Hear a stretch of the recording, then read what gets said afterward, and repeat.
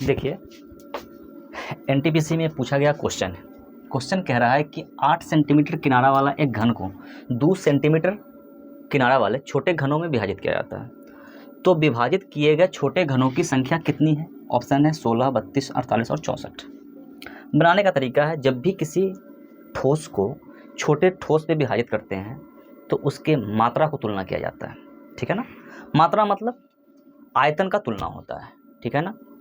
तो कहने का ये मतलब है कि जो घन होता है, बेसिकली घन क्यों बोलते हैं, इसका आयतन जो भी होगा, इसका आयतन क्या होता है? घन का आयतन, याद होना चाहिए। घन का आयतन होता है भुजा का क्यूब।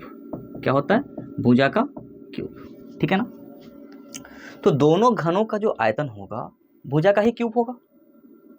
तो भुजा का क्यूब होगा, एक का भुजा आपका 8 सेंटीमीटर दिया गया है, तो बड़ा का 8 सेंटीमीटर है और छोटा का कितना है? 2 सेंटीमीटर है। तो बेसिकली डायरेक्ट इसको अगर बनाए तो छोटे घनों की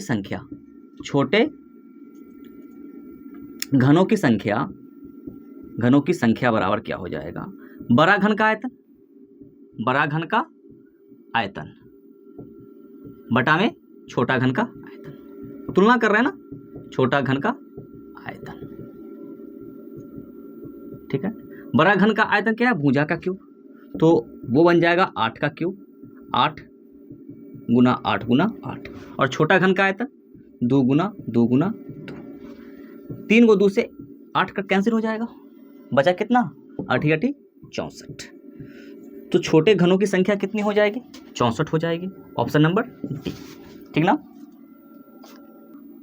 देखिए इस तरह का क्वेश्चन है, अगर आपसे पूछ देता बेलन में भी पूछ सकता है, शंकु में भी पूछ सकता है, ठीक है ना।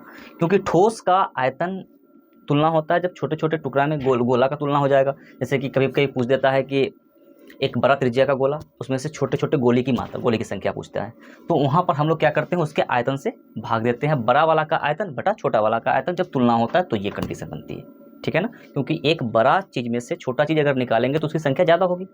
ज़्यादा मात्रा कब आएगा? जब बड़ा चीज़ अंश बनेगा और छोटा चीज़ हर बनेगा, ठीक ना। सो नेक्स्ट क्वेश्चन को देखते हैं। देखिए नेक्स्ट क्वेश्चन क्षेत्रमिति का ही क्वेश्चन है।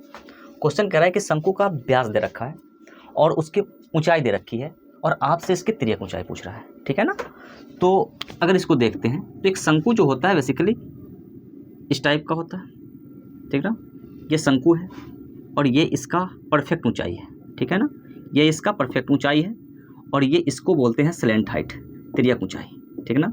तिर्यक ऊंचाई हमारा ये है और ये हमारा त्रिज्या है। अगर इसको देखें, कंडीशन यही है इस तरह का, यहाँ पे 90 डिग्री बन रहा है।